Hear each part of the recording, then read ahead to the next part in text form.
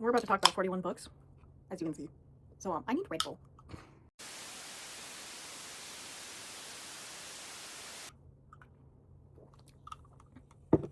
Baby's first unhaul. For many years now, I've been talking about my unhaul pile, which is 2 piles of books I had upstairs. Of all the books I want to get rid of. Due to personal reasons, I am getting rid of a good collection of my books. Part of that is that I want mentally scheduled. The video after this, weekend video after this, is going to be me starting the process of testing out, trying out all the books I own physically that I haven't read yet. There's not many. I don't have the largest physical TBR. I mostly read ebooks, right? Most books I have bought in the past, like, 5 years are either sequels to high fantasy that take a long time to read, so that's why I haven't read them yet, and those are excused from that whole challenge, or books that I've already read as ebooks, usually multiple times, and I bought them physically. I say that, literally today in the mail I got 3 books that I haven't read yet. Blame other people for that. Blame other people. Anyways, these 41 books are books that have been part of the list of books I need to get rid of anyways for a while, so I'm gonna start the process of doing that. Cough Cough Pango books, link below. I don't know if by the time you see this, any of these will still be available. That is the one thing. You can check there to get spoilers for the Unhaul, or the, I guess not Unhaul series, but, well, I guess that too, but, the video series in which I try out my physical TBR. This is all of the, this is just the piles. I didn't go through and add any, except for 4.5. I'll explain. Plus, I took out 1 because that is one of the 2 series I want to reread and see if, like, if my feelings are the same, right? And the second book out of the trilogy was in this pile, or in the piles. Long story. So I want to try books 2 and 3 out again. I've somewhat recently read book 1, so I want to try books 2 and 3 again, just to see if I'm willing to keep both 2 and 3, if I should just get rid of both 2 and 3 and just keep book 1, because I do love book 1, all that jazz. Which is the thing I do. I do have a books 2 and 3 in a series here, somewhere. I also have, at some point, I do have book 3 in a series of 4. I'm keeping book 2, I know that, and when I find wherever I put book 1, it's also going to be in an unhaul video at some point. Anyways, yeah, this is all the books. Anyways, we're going to talk about the ones I added, the 4 specific ones. I added, Mr. Sanderson, I apologize. The other one, where is it? That's not it. Hold on, let me do it until last slide. Yeah. It was right behind my dumb head. Anyways, I have been collecting those Sandersons, with the process of possibly highly chance moving, especially if I move across the country. I don't want to travel with all of them. The ones I haven't read, and the ones I really, really like, I will keep. That being said, I am currently reading Warbreaker. There's a good chance it's going to be an unhaul video. Atlantis is his first published book, and it's noticeable. It is not my favorite. I feel like I talked in a video at some point. I think I gave it 3 or 3.5. I had some major issues, especially in the, like, very obvious Mormonism influence in a lot of it. That being said, it wasn't, like, horrible or anything. It was just not my type of fantasy, which I'm really ashamed by, because, like, this cover's gorgeous. Anyways, there's this, and then I have the first 3 in the Mistborn series. I have Mistborn 1. I feel like I started the process of annotating this. Yeah, I got a sticky note in this one. I'll take that out now. Not damage the book, hopefully.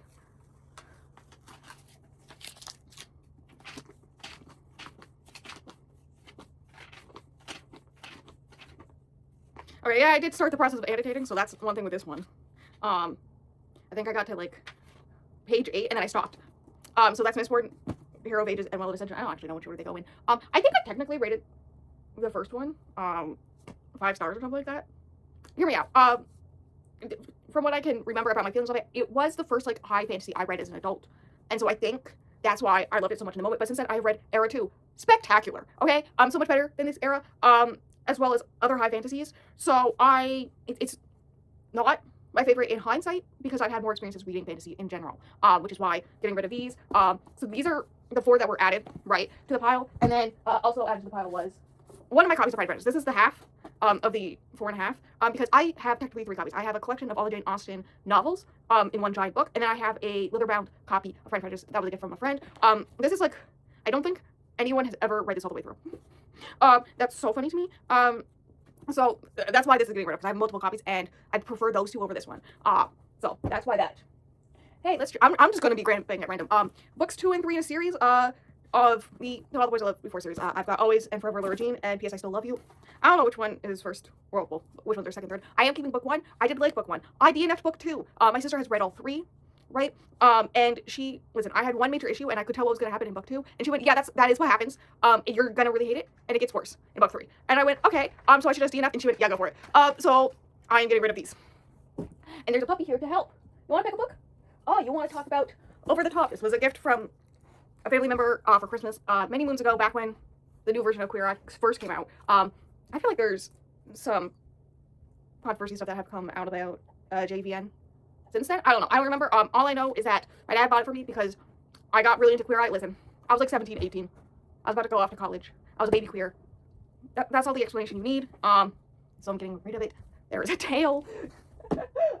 Should we find... I feel like there's another nonfiction here. Not that. Where's the other nonfiction? There it is. A Sucky Love Story. I feel like any woman in modern dating with dating apps should read it. I literally, after reading this, I deleted my Tinder account and have not used a dating app since.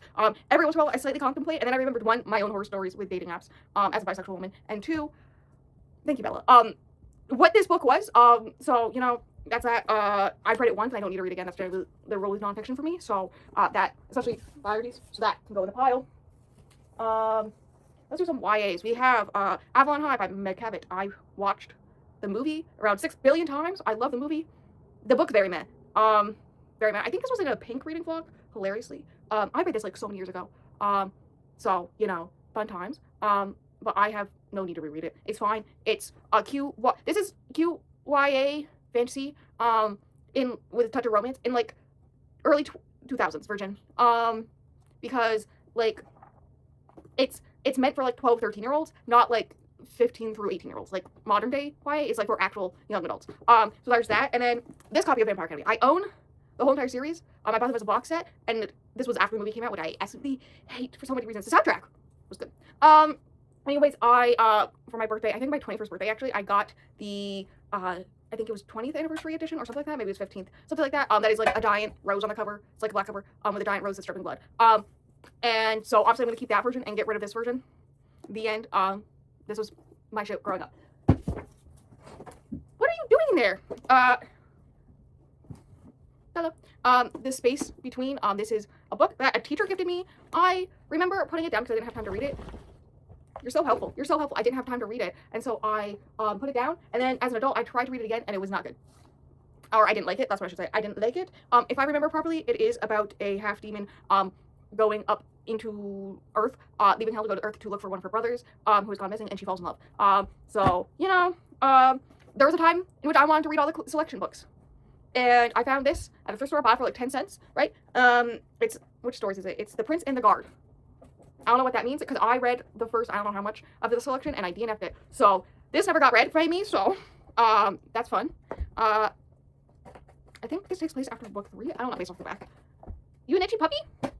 The realization that I'm gonna have to put all these back on this is fun. Let's talk about some sci-fi. We already talked about Brandon Sanderson. We're gonna talk about him again. Skyward. I did not like it. I'm the one person in the universe who did not like the first book. One thing I will say about him, he can write an ending. I did not like it personally. I don't know what's wrong with it because the whole universe loves the first one and does not like the rest of the series. I did look up what happens in the rest of the series because the ending, again, he's gonna write them, and it did give me for like half a second. I was like, but what if I actually continue, despite the fact that I think I gave this like 2.5 stars.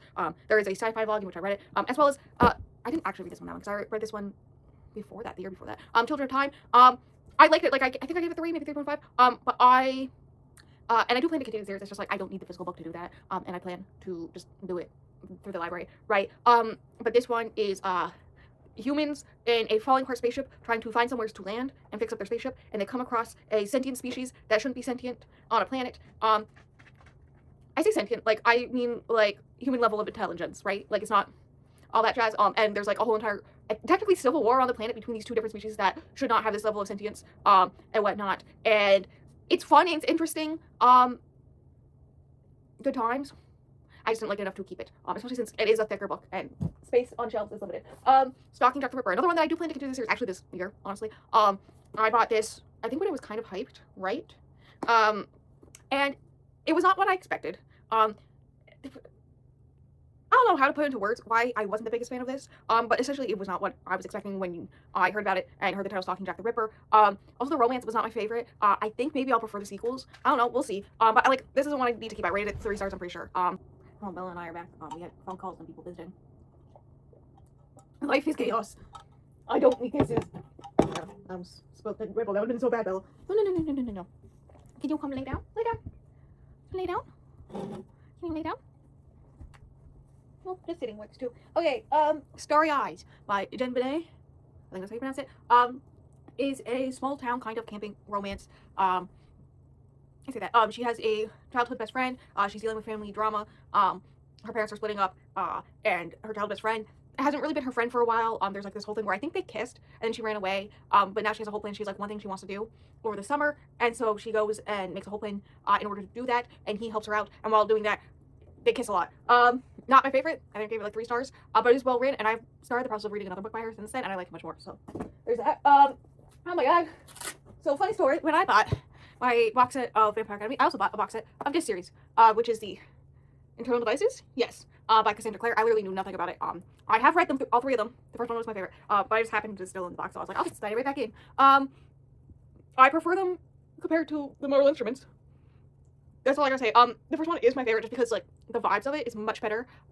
In general, like, I was pleasantly surprised, really enjoying it. And then, I continued the rest of the series, and it didn't really match, the feelings I had with the first one. But, that being said, not, like, the worst thing I've read. I just have no need to keep them, right? They were, like, just fine, right? Also, I've never been a big Shadowhunter girl. I tried so hard. Shadow and Bone. I only own the first one, and I do own the Six of Crows duology. But, there's another one where I was like, this is fine. I think out of the trilogy, the first one's my favorite, right?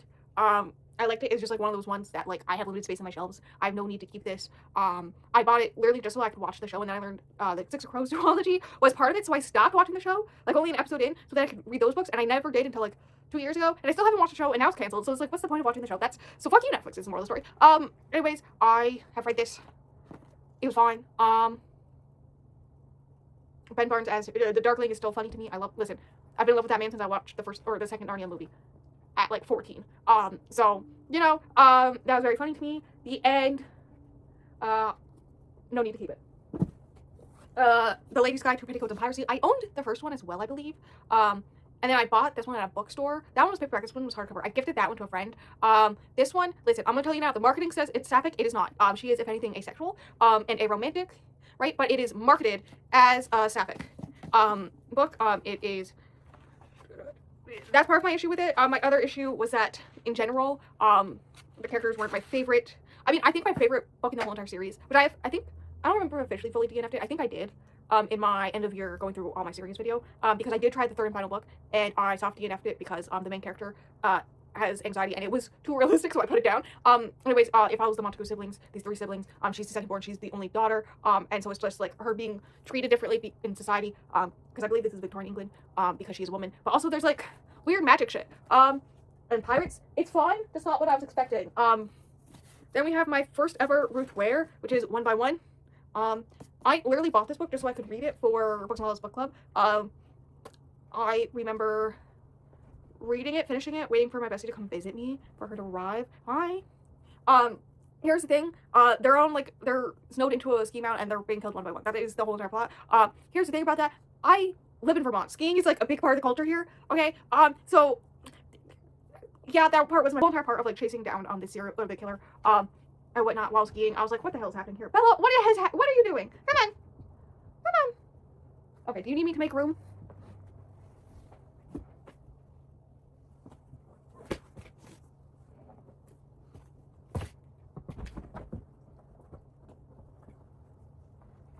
Alright, we got Guarding Bella. This is, I believe, the last paperback, which is The Good Daughter. This is one I also got from a thrift store. It was fine. It was a lot. It was a lot, and for that reason, I will never reread it. It was very heavy, but for I believe, early 2000s, or 2010s, cold case thriller and psychological suspense, it was well done, and whatnot. There's like technically 2 cases at once. It's interesting, and whatnot. I read it. I don't need to read it again. We're starting with the physical ones. Ready? Or not the physical, the hardcovers. And Ernest. I think this is the first book of the month book I read, which is Fate of the Fallen. My main issue is I just really disliked the male main character, who is the hero of the story, right? I think it's supposed to be like, he's your typical, hero's journey type, situation, except he, doesn't want to be. He keeps on being like, no.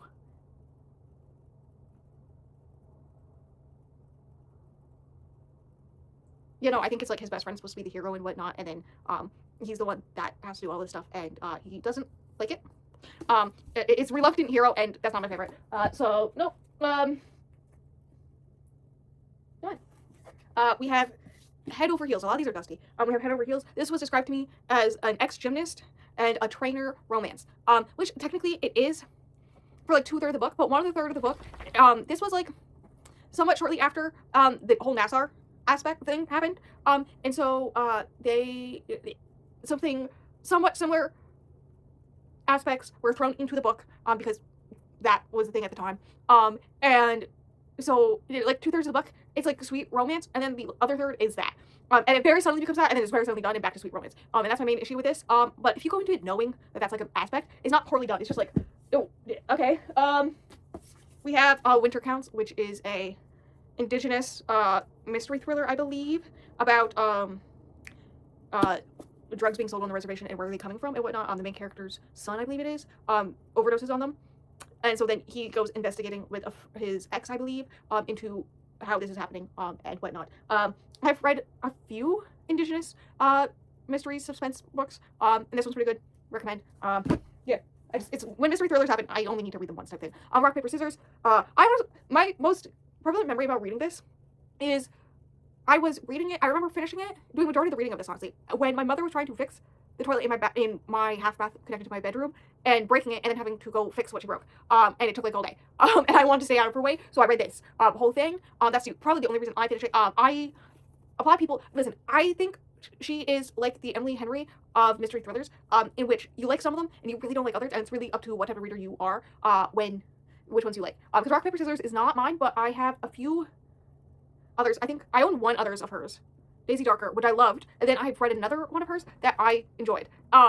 This one just was not for me, right? And so there's also like this whole mistaken identity plot, and that's not my favorite. That being said, I could see why people really love this one with the twist. I could see why people really love that. It just wasn't my favorite. Speaking of Emily Henry, the ones that aren't mine or aren't my kind of book are People We Meet on Vacation. I think my actual official rating is 4 stars. It should only be a 3. This is not my thing. I don't think I'll even like the movie. I'm gonna be honest. My sister also wasn't the biggest fan. I took so long to read this because my sister, I forced her to read Beach Read. She didn't love it as much as I did, but she didn't really like it. And then she read this one, and she did not like it. And so I pushed it off for so long, finally read it. Then I didn't like it. And so then I pushed off reading any other Emily Henry for the longest time. And since then I've read Book Lovers, and I love it. She has, since then, I have a few other Emily Henrys, but only as ebooks because my sister got them for me, instead of physical, just because of this one. This was like an instant buy as soon as it came out because it's Emily Henry, and then I didn't like it.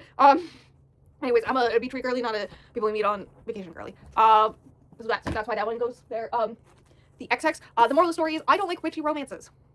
I've only read one I like, and this is the first one I ever tried, because this is the one that everybody read, around 2020, 2021. Yeah, it came out 2021. And so I read it because that's the one that everybody was reading, and then I realized I don't like witchy romances. Essentially, she's a witch. She accidentally curses her ex-boyfriend, or hexes him, and so she has to fix that, while also figuring out what's happening with this conspiracy, while also, there's a little bit of flirtation. People Like Her is a social media, inspired mystery thriller, whatnot, with this basically think your typical mommy vlogger. One of the kids goes missing, right? I think is what happens, and then her and her husband,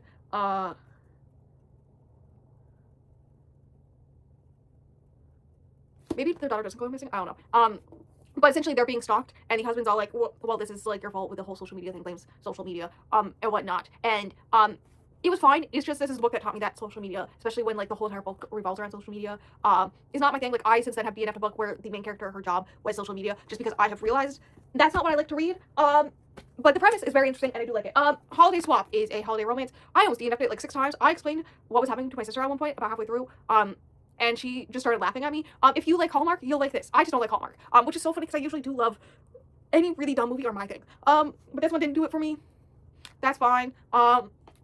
Whatever. They're twins. One gets a head injury at work, so they switch places, so that her twin can like cover for her at work, because it's an important thing. And the other one can go back to the small town and run the family business, and relationships ensue. The end. I get very Hallmarky. The Girl in the Mirror. Another thing with twins switching places.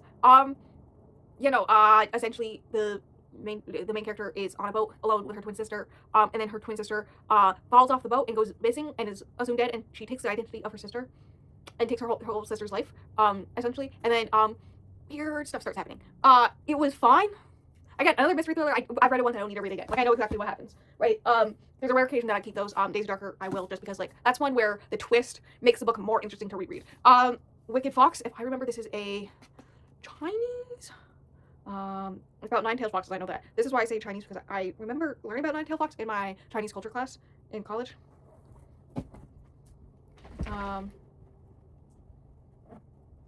Korean. Okay. It is Korean-based folklore about this girl who has to kill men, I believe, to survive. And there's this boy she falls in love with. I believe there's a sequel. It was fine. Like, it was fine. It's just like I've read other Asian-inspired YA books. For me, personally.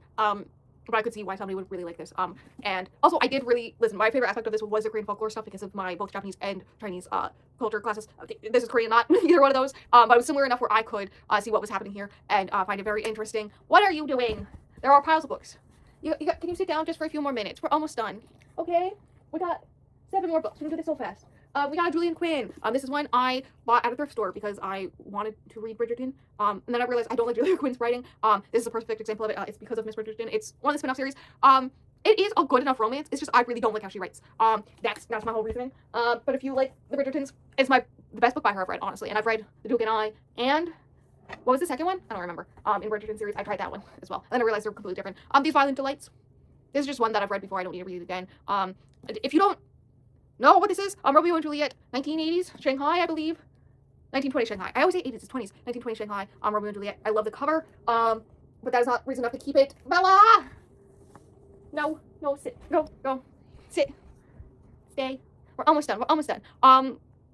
No, weird stuff happens, conspiracies. The main issue with this for me is that second chance romance. They used to have a thing, previously. But I don't like second chance romances. So that's why it's not for me. This is the third book in a series, Portrait of a Scotsman. I did not like this one. I liked the middle bit a little bit, but the beginning and the end I hated, especially the beginning. The beginning I really disliked. It's about a woman who is a blues-talking an artist trying to just survive in society. And this guy tricks her into marriage, and it's about them falling in love post that. As you can imagine, that setup not my favorite. The end. One last stop, which is apparently so dusty. Future V's gonna have fun cleaning this off. From what I remember, it is a sapphic time travel. You'd think time travel would be a yes, but the main character was very insufferable to me personally. I feel like this is one of the most I don't want to say controversial, that's not right, book by Casey Miss Kristen, where like some people really love this book and some people really hate this book, and I'm on the later, so okay, we're down to the last 3. I had another call that I had to take, so we're gonna do these. Oh, another bisexual romance. Yeah, let's do that one next. That sapphic bisexual main character, guess her one for me. Dude, the plot of this one was so, like, the idea of it is so funny. It just, in practice, is not my thing. In which one of the two women, they had one very great date and night together, and then for some unknown reason, until I was in the book, they separate and never talk again, right? And then she is dealing with money problems, and I believe a customer at the shop she works at offers her a job to be his fake girlfriend at the family reunion for the holidays. And so she goes and shows up and is there, and while there, runs into this one fling from Passion Night many years prior, and that's his sister. It's iconic, but like in theory, but in practice, it's not a thing. Like because of the whole entire premise, it has to be this whole thing where like the sister thinks that she's cheating on her brother with her type thing because of the fake dating aspect, which felt weird, and then also like not telling the brother everything about all that and all that stuff. Like it's one of those things where in theory, but in practice, it didn't work for me. But I did like it. Circe. I went through all my Greek mythology books. I think from book of the month actually. That I had, and I reread them, and I decided to keep 2 of them. I don't know if I'm gonna keep both of those still. I think I'll get rid of one of them. Maybe both of them, honestly. Anyways, I did love all 3 of them. It's just this was the one that I felt like I didn't need to keep forever. Right. So that's that. Out of Madeline Miller's books, I think this is my favorite of hers. But you know, that's the whole reason why I'm getting rid of it. People love it for reasons. It's very obvious. It is a good book. And then Dating Dr. Dill is I forgot I owned this book. It is a romance in which alright,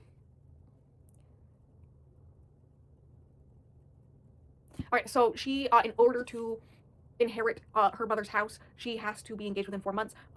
She goes to this filming of a kind of like dating show. It's like a dating / medical show, whatnot, in which he is there, and he says some pretty rude things, and she tells him off essentially live on TV, and then they meet up again and decide to fake date so that one, it makes him look better, because like that kind of low-key ruined his ratings and whatnot, and he needs good publicity because I think for charity reasons, and then she can get her mother's house. That's the plot of this one. It is well done. It is. I remember one specific Smexy scene in the shower, and the fact that I have read this at least 4 years ago at this point, and I vividly remember that tells you something about it. Anyways, that is the last one of all 41. I don't know how this took, how long this took. The end. I gotta put all these books back on the couch, and it's freezing cold in here. That's another thing. It's like below 60 in here. So I'm gonna go end of video things. Link below. 1, Pango Books. I will likely be putting a book up there, so check it out. 2, Twitch. I stream almost every day. In which I am reading, I am editing, I am writing, I'm doing all the things there. So check me out there. If you don't want to make a Twitch account or whatever, I usually recently have started co-streaming. And recently I've been filming this co-streaming on YouTube, so that's the thing. YouTube Wednesdays are gaming videos, which are slightly edited down gaming streams from Twitch. So that's another thing. And then Saturdays, like today, are booktube videos. Next week's is not in the books yet, but like the plan is the first one in which I go through my physical TBR and figure out which ones I like and want to keep and which ones I'm like, okay, I can get rid of this. And all that jazz. I have some ideas, fun times. I'm gonna go try not to freeze to death. Goodbye.